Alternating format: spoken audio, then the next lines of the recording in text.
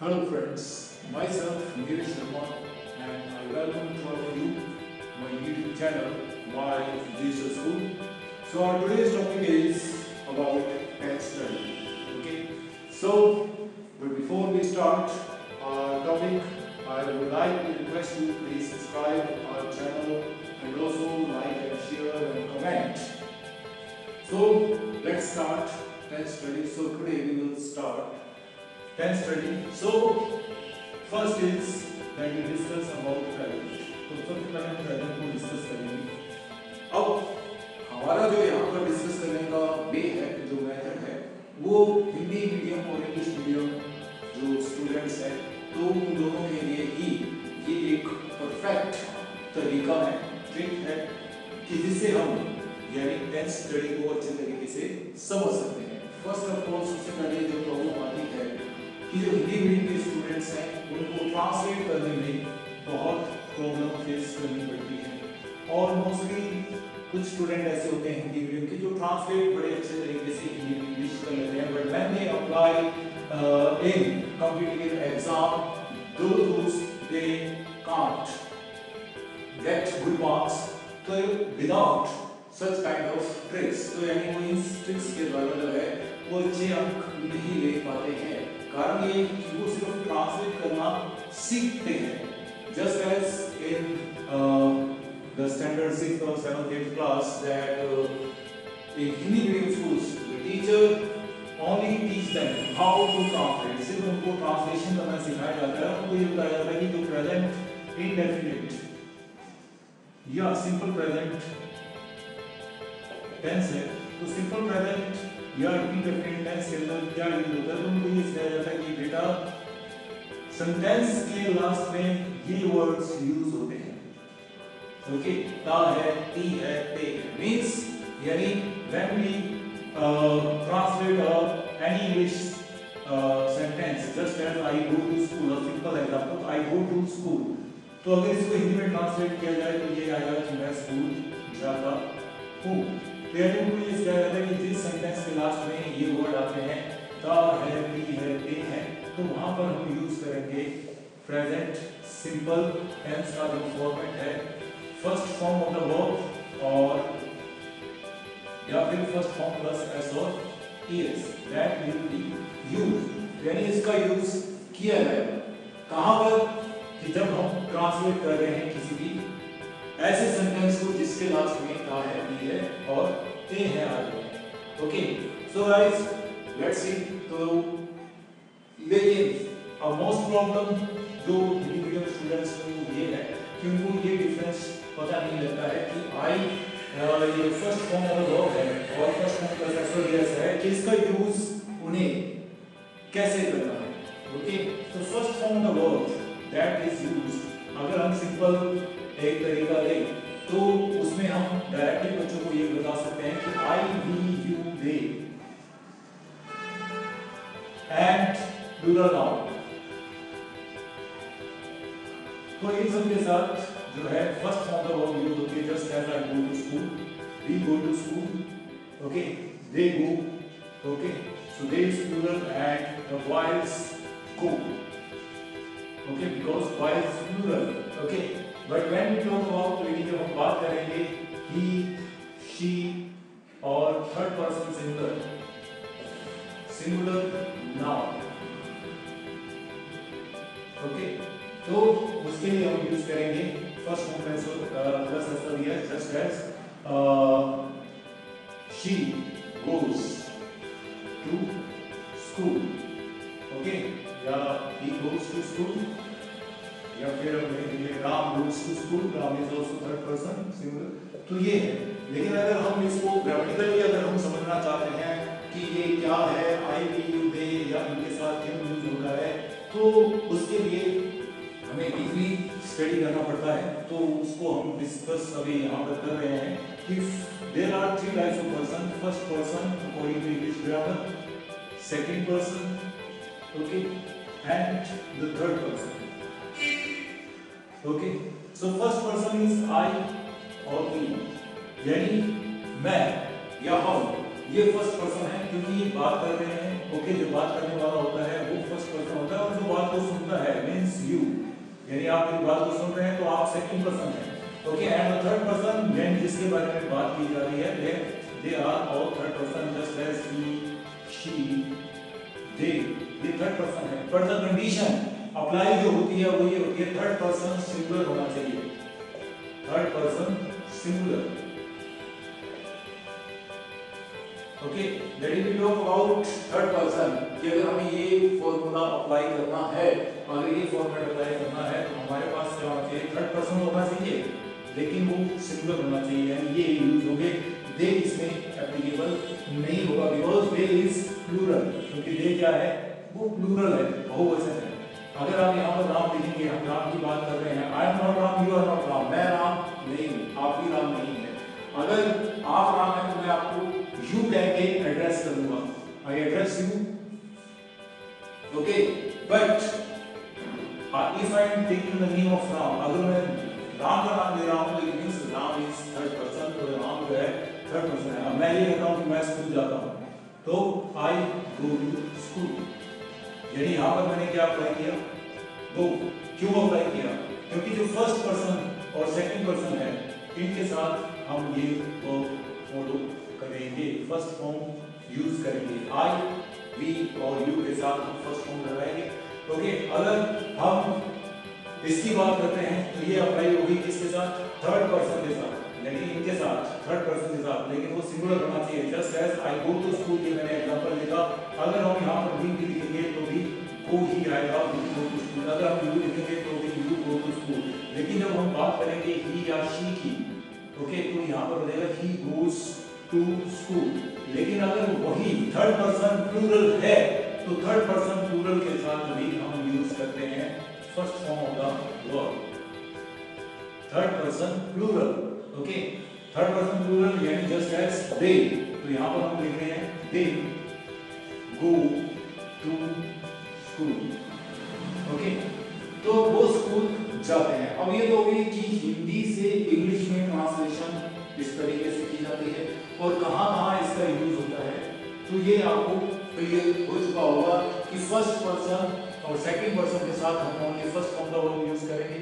Third person singular, अगर third person है यानी तीसरा व्यक्ति है जिसके बारे में बात की जा रही है और वो एक वचन है, तो उसके लिए हम फर्स्ट फॉर्म प्लस एस और एस ये अप्लाई करेंगे। ओके, अब अगर इनको हम नेगेटिव करते हैं, नेगेटिव सेंटेंस अगर इनका बनाते हैं कि मैं स्कूल नहीं जाता हूं, तो यहां पर हम क्या यूज करेंगे, डोंट या do not, I don't go to school, okay, we don't go to school.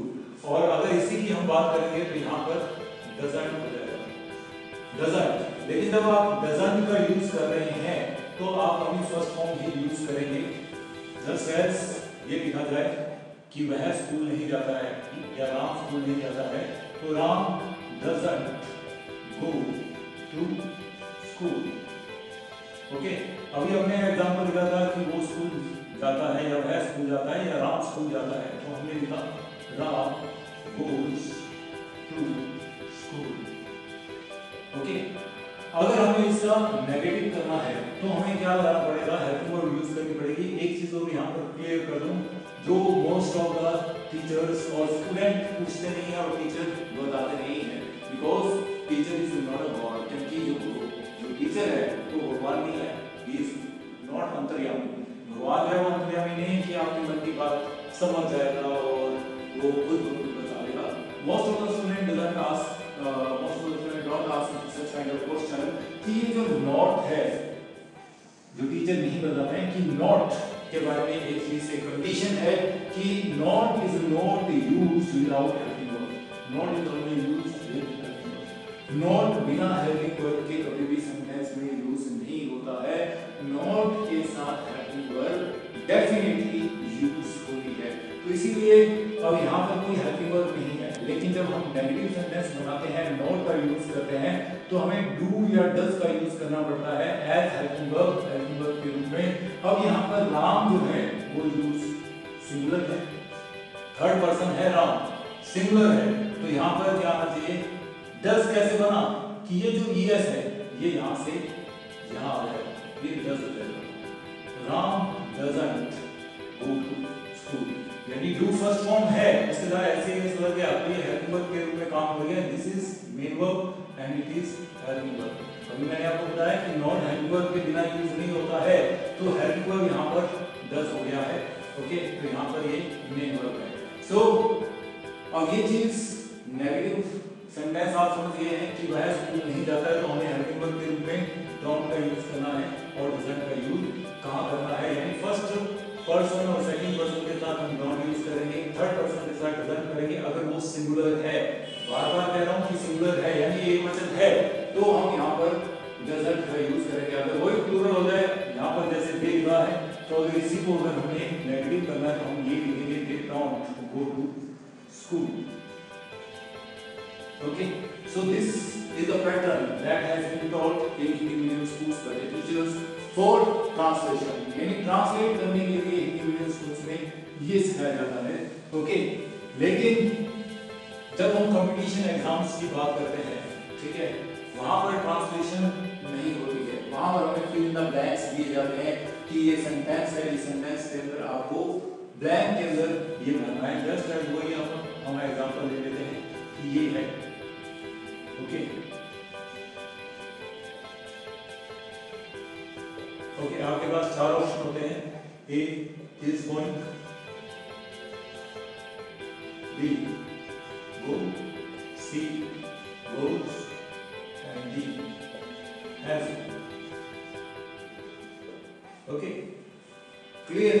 तो ये इस तरीके से जो कंपटीशन एग्जाम्स के अंदर क्वेश्चन पूछे जाते हैं उसमें जो है मोस्ट ऑफ द स्टूडेंट्स को समझ नहीं आता है कि क्या लगाएं और क्या किस चीज का यूज करें और कौन सा ऑप्शन जो है which one is the right.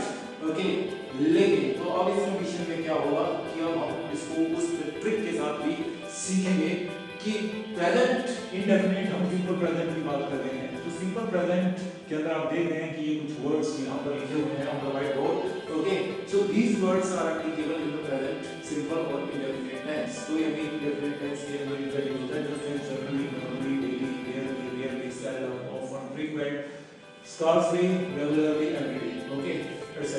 all the possible words।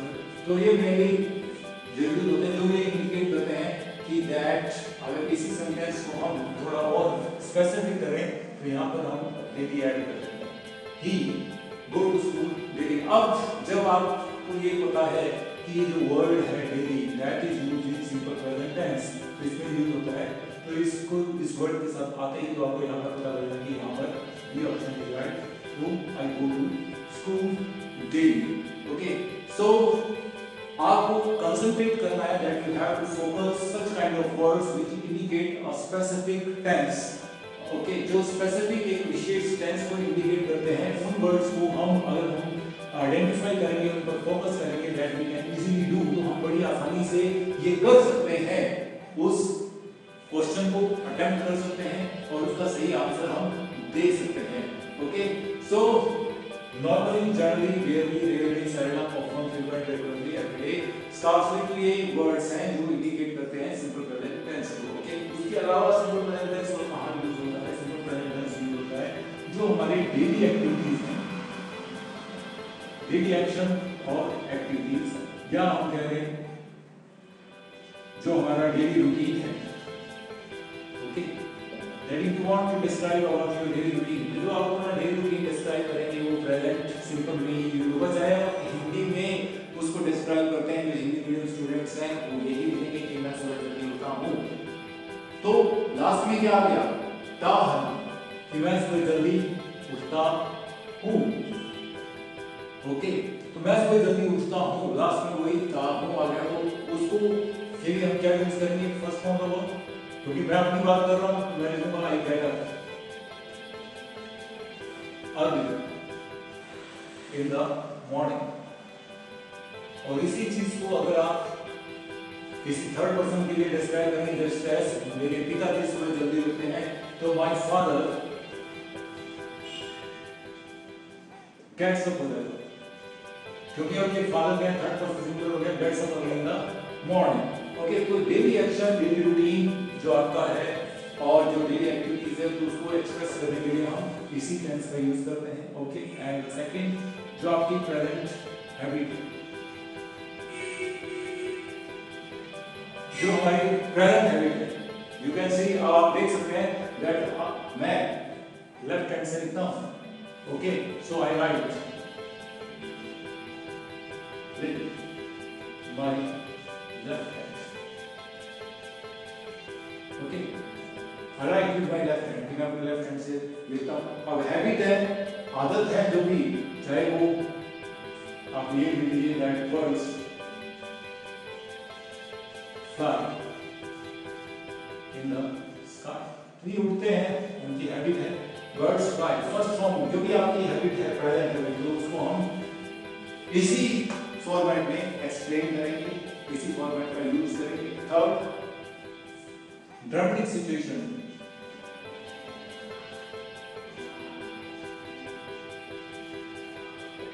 को एक्सप्रेस करने के लिए भी प्रेजेंट सिंपल टेंस में यूज किया जाता है. ड्रामेटिक सिचुएशन कौन सी है? आपने बहुत से dramas that you have read कि अगर आपने पढ़े हैं या आप पढ़ेंगे तो आपको पता चलेगा कि जब भी स्टेज के ऊपर ड्रामा के अंदर कोई हीरो की एंट्री होती है, स्टेज का डिस्कशन दिया जाता है, स्टेज के बारे में उसका जो एक्सप्लेन किया जाता है, तो प्रेजेंट सिंपल टेंस नहीं होता है. जस्ट एज मान लीजिए स्टेज के ऊपर किसी हीरो की एंट्री दिखाई जाती है, जस्ट एज अगर हम शेक्सपियर के नाटक पढ़े तो उसमें Hamlet enters in the room. तो उसमें ये दिखाया जाता है कि हैमलेट जो है वो एंटर करता है. तो ये सिचुएशन है, दिखाई जाती है कि हैमलेट एंटर करता है. तो उसमें जो नाटक लिखा गया है शेक्सपियर के द्वारा, हैमलेट है, चाहे आप किंग लीयर ले लीजिए, चाहे कोई भी ड्रामा ले लीजिए, तो उसमें ये दिखाया जाता है कि वो आता है, जाता है, ही एग्जिट. ओके, यहाँ पर कुछ इस तरीके से इंडिकेट किया जाता है. अगर कोई वहाँ से एग्जिट करता है तो you he exits, he enters. Okay, चाहे आपको रोला ले लीजिए एज यू लाइक इट के अंदर. तो यानी जो भी कैरेक्टर है तो उनके आना जाना और जो स्पेस डायरेक्शंस है, तो उनको ड्रामेटिक सिचुएशन को शो करने के लिए टेंस का यूज किया जाता है. और जो भी आपके हैं साइंटिफिक ट्रूथ,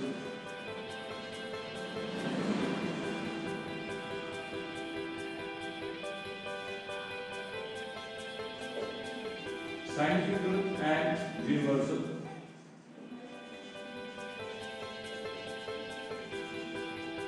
तो साइंटिफिक ट्रूथ को शो करने के लिए पहले डेफिनेट में यूज किया जाता है universal truth. Just as scientific truth है द अर्थ और just as the oil flows on water, oil flows on water. तो पानी के ऊपर जो तेल है वो तैरता है. ये नहीं कि तैरेगा, तैरता था, या पास्ट में हम यूज करेंगे, या हम कंटिन्यूअस यूज करेंगे the oil is floating on the water, तैर रहा है. No, oil floats on water. Okay, universal truth that the sun और the earth moves around the sun. कि जो अर्थ है वो सूरज के चारों तरफ चक्कर लगाती है. The earth is third person singular, oil is third person singular. इसीलिए हमने यहाँ पर फर्स्ट फॉर्म प्लस एस और ईएस का यूज किया. फर्स्ट फॉर्म प्लस एस और ईएस का जो है हम यूज यहाँ पर कर रहे हैं. रोज हम अर्थ की बात कर रहे हैं. Earth is third person, oil is also third person singular. Okay, तो इन सब सिचुएशंस के अंदर हम प्रेजेंट इंडेफिनिट टेंस और सिंपल प्रेजेंट टेंस का यूज करते हैं. जिसमें आपने देखा कि हम बात करें फर्स्ट फॉर्म का यूज कर रहे हैं. अगर हम इसको नेगेटिव बनाते हैं तो नेगेटिव सेंटेंस के अंदर, टेंसेस के अंदर, सेंटेंस के अंदर हम नॉट और डजंट का यूज हम करते हैं. Okay, so I hope that you will understand और you will enjoy and learn from this video about tense. Thanks a lot. But before I would like to request you, please subscribe my channel and also like and share and comment and also press the bell icon for all kind of notification. Thanks guys, thanks a lot for watching.